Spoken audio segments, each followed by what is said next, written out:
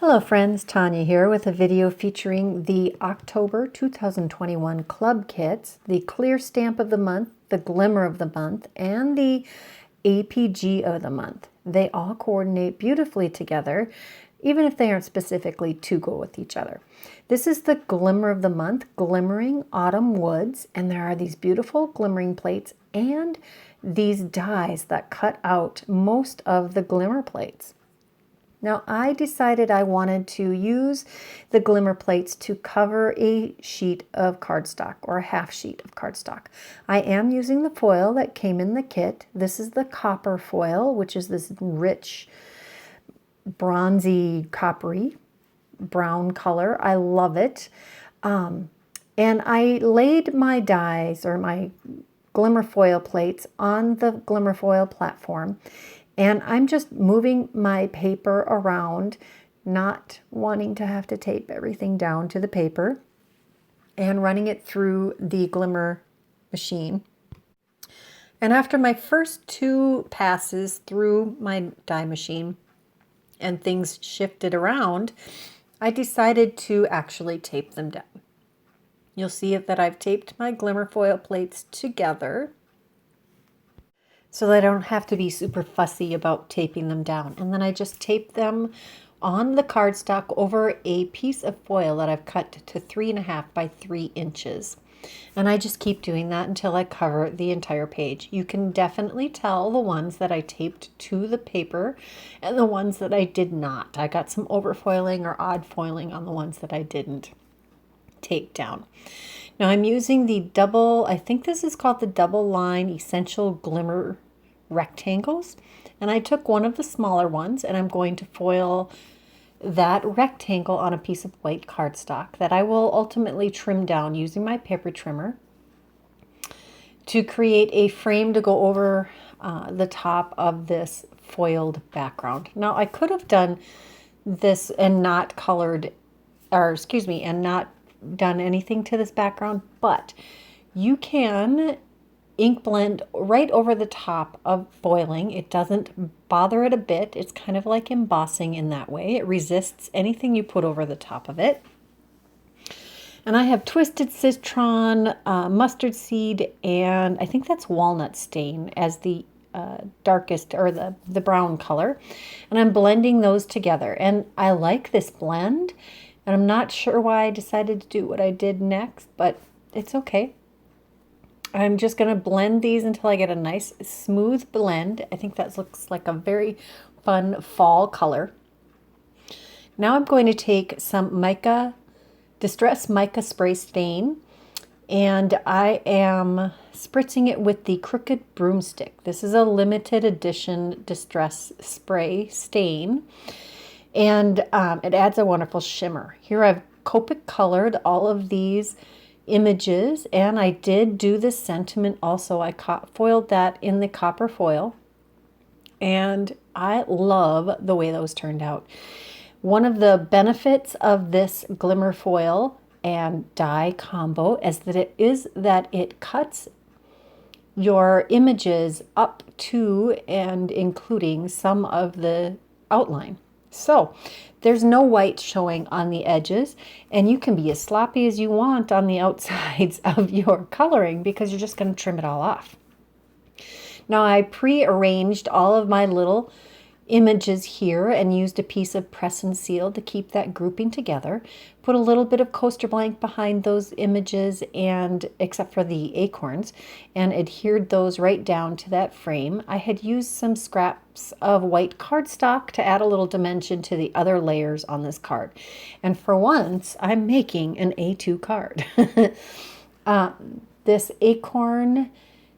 These acorns both have a little bit of green and brown on the lower portion, and I just adore that. I think I saw Yana Smakula do that on the preview video that she did for this glimmer set, and it just glows. I love it.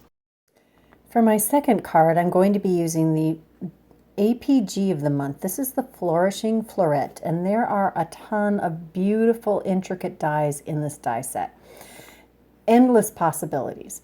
I am making a 5x7 card these layers will work beautifully on many size cards, but in particular 5x7 cards. And I really enjoy making 5x7 cards. How many times can I say that? So I'm taking these two inner pieces to die cut a piece that you wouldn't typically use as a layer. You would typically use that as a fallout, but I'm going to glimmer a bunch of these the acorn and the leaves using the copper foil.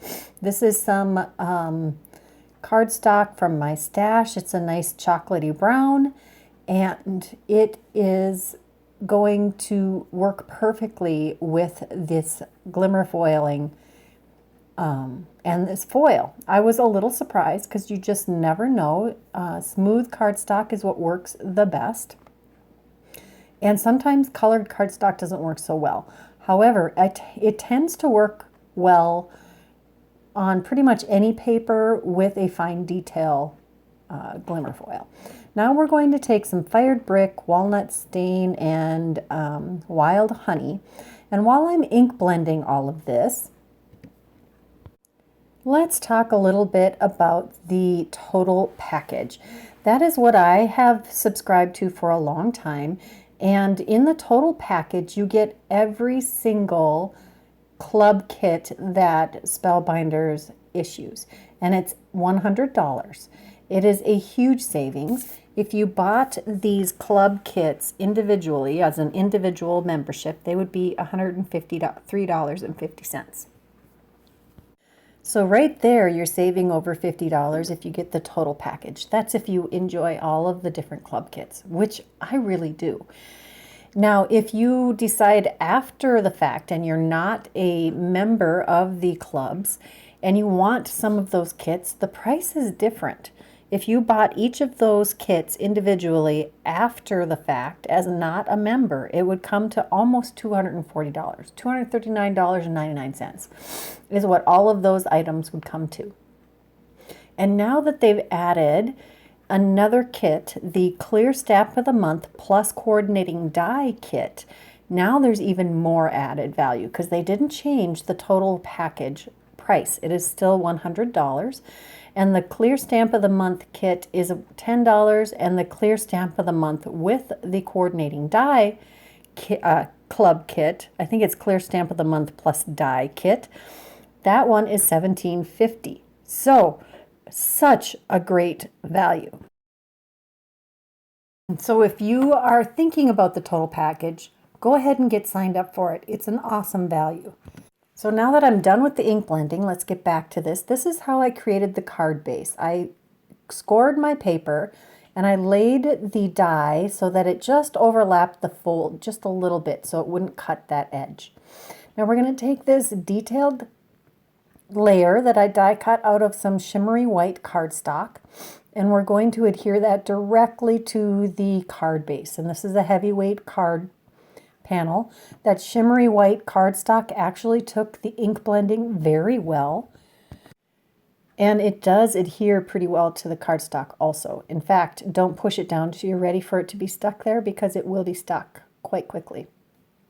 I do end up putting my Misty on top of that just to help with the bowing. Next, we're going to take that layer that I did all of the glimmer foiling on, and I had put some coaster blank pieces on the back for a little dimension. And I had chosen that end to be up. I wanted the two acorns with the oak leaf in the middle to be the top of the card. And I adhered that to my layered panels. And now I've pulled out the Clear Stamp of the Month, and this one is called Sending You. And I did get the coordinating dies in my package. And now I am going to stamp these with a clear embossing ink, and I am inking them twice to make sure I get a good solid embossing. And I have chosen two different embossing powders, a copper and a brass. I wanted two different tones for the different sections of the sentiment. And I'm going to emboss the largest sentiment, the sending, with the lighter color and the smaller one with the darker color. I did get a little clumsy with these, so I ended up having to re-stamp, I think, the sending, because I picked it up. And yeah, look at that. All the powder disturbed. So I just re-stamped it, applied the embossing powder, and then there we go. Now we're going to take out these coordinating dies. Bad news, those are sold out for this month. So that means the total package is sold out for October. That also means the clear stamp of the month and die club kit is sold out for the month of October. You have until October 24th to sign up for any of the other club kits, and I'll have some links in the bottom. We're going to use the Mini Sincere Sentiments, one of their banner strips. It works perfectly for the birthday wishes. It worked great for the thankful for you sentiment on the first card. It's perfect. I love these little sentiment banners. Now I did take some coaster blank and cut out the same backing for the sending part of the sentiment. And I'm just going to add a little strip to the other piece of this sub sentiment. And we're going to adhere those to the recessed area that we created on that ink blended panel. Just going to adhere them with some Barely Art Precision Glue, which is my favorite glue. It is probably 99% of the time that is the adhesive I am using.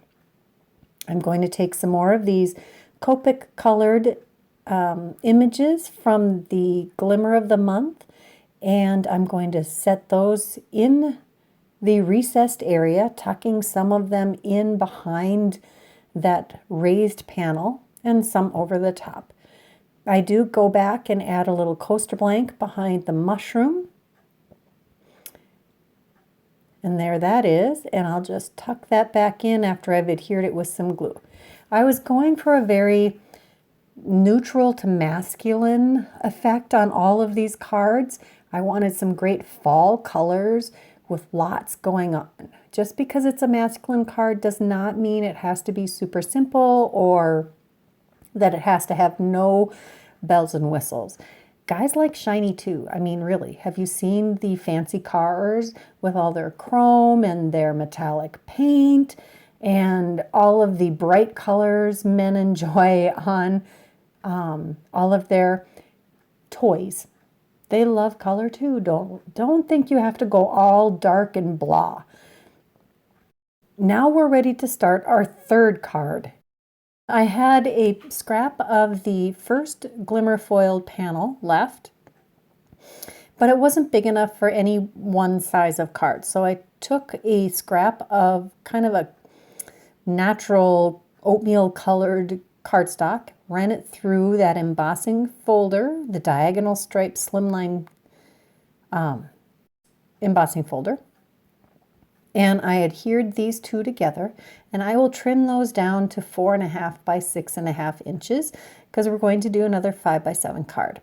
Then I took some craft colored cardstock and spritzed that with the Crooked Broomstick Distress Mica Spray Stain again.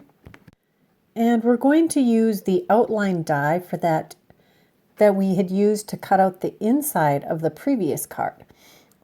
We're going to create a backing for the beautifully detailed piece that coordinates with that outline die. And I'm taking some glittery gold washi tape from my stash to cover that seam. I just like a finished edge over any of my seam areas, either that or a stitch detail or something.